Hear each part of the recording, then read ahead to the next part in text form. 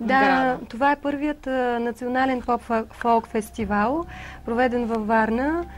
Появих се там в двата конкурса, и за песен, и за изпълнител.